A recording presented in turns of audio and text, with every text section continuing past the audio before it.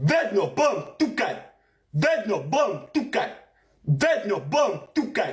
Ne boste me prizadeli, ne boste, ne. Živjo vsi, nove afirmacije so, jaz sem bogatstvo, jaz sem lepota, jaz sem inteligenca.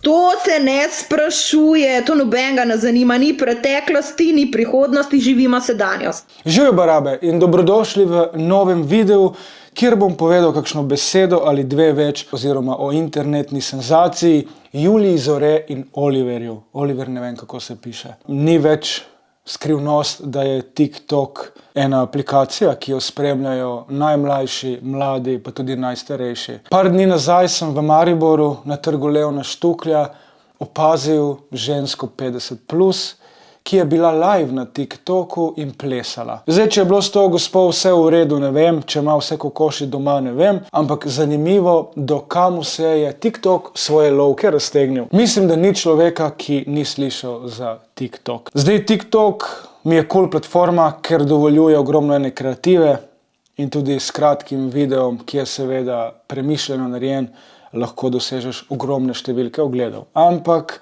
ti se ne rabiš ne vem kako potruditi, da dosežeš ogromne številke ogledov. To sta lep primer Julija in Oliver. In ravno to je problem. TikTok je ustvaril ogromno enih, pa ne ravno ustvaril, ogromno enih ljudi je čez noč postalo znanih, oziroma ne rabim dati znanih v navednice, ker če ti hodiš po mestu in se ljudje derajo za tabo, a ti si z TikToka, ja, si znan. In ogromno enih takih ljudi je čez noč postalo znanih. In kaj so naredili za to?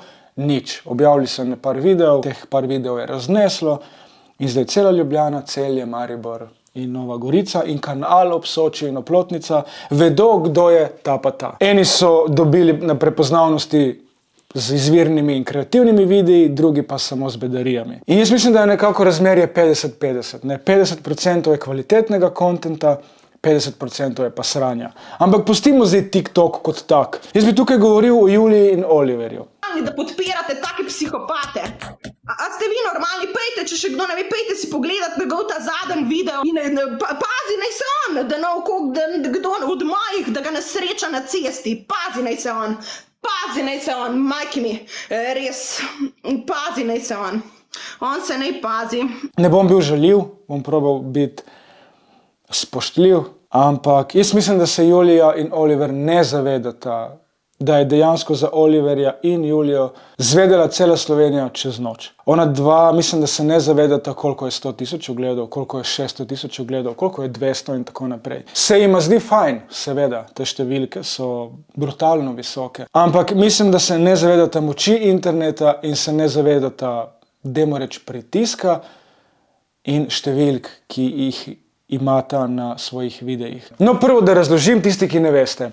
Julija in Oliver sta TikTok senzacija, dejansko ni dneva, da mi vsaj eden video od teh dveh se ne prikaže na TikToku. Jaz probam na TikToku biti max 1 uro na dan. TikTok res slabo uporabljam, ko uploadam svoje videe, to je to, spremljam, drugače pa, da bi v nedogled scrollal in se smejal in divil vsem tem videom, tega ne delam in imam nekako ta filter, ko si rečem stop, odloži telefon, dovolj je bilo TikToka. Tisti, ki pa pač na dan po 4-6 ur uporabljajo TikTok, se je pa za vprašati, ali je to zdravo. No, če si na Instagramu 6 ur ali pa na Facebooku, prav tako ni zdravo. Tako da Julija in Oliver naj bi bila polnoletna, ne poznam, koliko sta stara, ta podatek mi ni jasen in sta po nekem naključju oziroma po ravno neokusnih videih obnorela TikTok. Julija je znana po besedah, kot je to se ne sprašuje, to nobenega ne zanima. To se ne sprašuje, to nobenega ne zanima, ni preteklosti, ni prihodnosti, živimo sedanjost. To se je, mislim, da zgodilo na enemu liveu in po temu liveu naprej je TikTok dobesedno eksplodiral z Julijo Zore. Videi so bili vse povsod, na vsakem koraku dejansko so kričali v tvoj obraz, glejte Julijo, glejte Julijo. In seveda je Julija to nadaljevala, čeprav jaz mislim, da se ne zaveda ravno kaj govori, kaj objavlja. Pa te nič ne izuči to, da si pokopala moža. Na nič te to, dejansko te to nič te ne izuči, da si pokopala moža, groziš men, obtožuješ eno punco, pa ne znaš ti pet. Oliver je pa njen fant in seveda posledično, ko sta oba skupaj, je to voda na mlin za ljudi, da se norčujejo in posmehujejo. Ker ko sta skupaj in skupaj snemata, je njun content toliko bolj bizaren, kot je samo pri Juliji ali samo pri Oliverju. Druge punce ne mi več pisati. Tu, če se vam najbolj hod tip v Sloveniji, od vseh tipov v Sloveniji ne mi več pisati. To je to. To je to. Ona dva, kolikor sem gledal videe mi delujeta zdrava. Je pa nek šum, kot pri Juliji, kot pri Oliverju.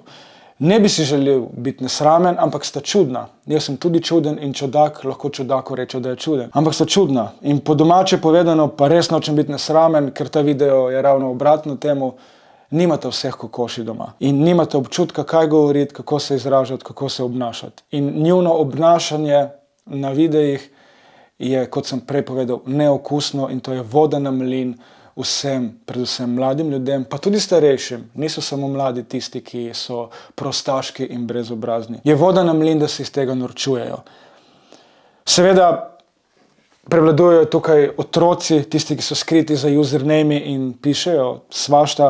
Evo, par dni nazaj, včeraj ali predvčerajšnjim si je en srbski influencer, ali je bil influencer, ne vem, vzel življenje. Naj bi si ga vzel zaradi komentarjev, ker je imel OnlyFans, pa v videospotu so ga dobili z Daro Bubamaro in so se potem norčevali iz njegovega telesa. Kolikor sem razumel, komentarji te lahko privedejo do tega, o tem sem tudi že govoril, da si vzameš življenje. Recimo, ne pozabiti Ravnatelj, se spomnimo afere Ravnatelj, mislim, da 10 let nazaj, je na splet priromal video, kjer Ravnatelj na eni izmed slovenskih šol ima spolne odnose z eno od zaposlenih. Ne vem, ali je bila tajnica, učiteljica, učenka, ne vem. Ta video je preplavil internet, vsi mediji so pisali o tem in nekaj dni kasneje si je Ravnatelj vzel življenje, ker je bil pritisk prevelik. In ravno o tem bi danes govoril. Prvo vprašanje je, kje so starši? Kje so starši otrok, ki po TikToku pišejo, Oliver je avtist, Julija je avtist, avtist tu, avtist tam, avtist gor.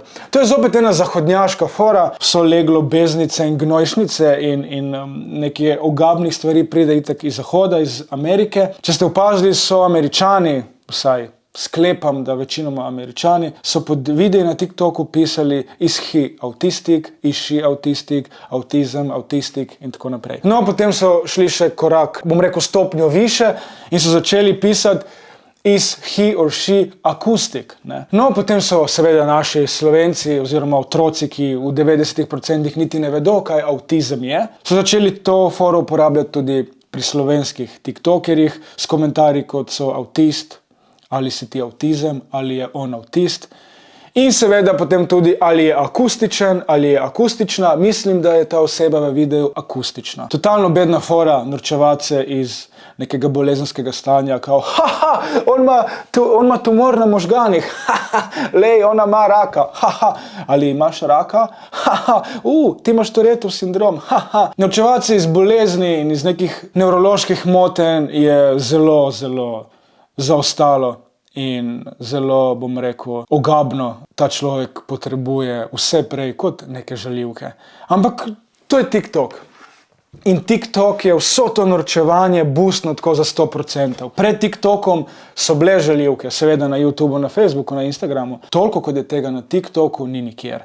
In TikTok je samo, bom rekel, odprl ena vrata, da so vsi te nesrečni ljudje, ki morajo nekje svoje filtre odpirati, šli skozi ta vrata, zdaj bomo pa mi žalili vse, kar pride nasproti. To, kar delata Julija in Oliver, je idealno, da se ljudje iz tega norčujejo. Ampak problem tukaj je, da Julija in Oliver se naravno ne zavedata, kaj objavljata. Njima se zdi to fajn, ne? Ljudje me poznajo, poglej številke, poglej koliko nas spremljajo, ne? Njima je to fajn. Fajn jima je zato, ker se ne zavedata, kaj točno se dogaja. In kot sem prej povedal, fajn jima je, ker sta čudna in verjetno nimata tistega filtra v glavi, da bi videla, ok, to je pa šlo prek vseh meja. Vse ni problem, čez 2 meseca bosta pozabljena. Problem je, da kar je na internetu je večno in verjamem, da tudi čez 3 leta, 4 leta bo nekdo ustavil Oliverja ali pa Julijo. Ej, a ti si ona, ki se je drla, to se ne sprašuje. In to zna biti nadležno. Se spomnim, ko sem jaz objavil Dizo Čale Saleta. Jaz sem imel tako leto ali 2 kar problem s tem. Kamorkoli sem šel, so ljudje samo to me spraševali in samo to jih je zanimalo. In je postalo naporno to. Da sem bil že vmes na neki točki, da zbrišem Diz, se upravičim in je mir. Ne. Klicali so me vsak dan iz 30 nekih skritih številk na ulici in je bil to kar problem. Me je bilo strah. Strah me je bilo iti v trgovino, ker sem se bal, da me bo kdo polomil. In ta pritisk je bil premočen. Pa to takrat, ko ni bilo TikToka. Da bi takrat bil TikTok, da bi to še na TikToku busnilo, ta moj Diz, bi me po moje zjebalo. Ampak sem to, bom rekel, prebrodil in danes me boli kurac za vse. Danes me, bom rekel, vzburja to, da se ljudje iz mene norčujejo. Ampak zato pravim, norčujte se iz takih, kot sem jaz, iz takih, kot je Pero Martič, Marko Žerjal, Gojko Ajkola, Dinoti, iz ljudi, ki znamo handlati ta pritisk in ki znamo to sprejeti in nas to ne prizadane. Mogoče Julija in Oliver daje ta feeling, da je vse v redu, ampak vse ne vemo, kaj se dogaja, ko se ne snemate. Ne? Predvsem pri Oliverju. Pri Oliverju se dosti bolj opazi, da ima večji problem, po moje, kot Julija. Oliver ima sigurno eno motnjo, lih gledal sem video, prikaže Nejc Urbanija in je konstantno z glavo dela tako in me spominja na moj tik. Zdaj ne vem, ali ima Oliver Tourette sindrom, ali ima res avtizem, ne vem. To še ne pomeni, da če je nekdo čuden in da če nekdo ni tak, kot smo mi oziroma kot ste vi, da se zato moramo norčevati. Ne se norčevati iz nečesa, kar nam ni znano. Jaz samo upam, da stvar ne bo prišla tako daleč, da si kdo od njiju kaj naredi, ker kaj se bo zgodilo kot z ravnateljem, jaz nisem bil kriv. Jaz ne. Jaz sem nekaj komentiral, nisem jaz kriv, ne morejo zaradi mojega komentarja si karkoli narediti. Ne. Ampak komentar na komentar pride do pizdarje. Sploh recimo Oliver objavlja, da bi si človek mislil, da je en velik trol, ampak ni. Objavlja take stvari na TikTok, da se ljudje toliko bolj norčujejo. Recimo objavlja video, kjer ni zaprosil Julijo, jaz sem mislil, da je zaprosil, samo prstanje je dal kot darilo, ampak je šel na koleno, zelo pozorno Oliver.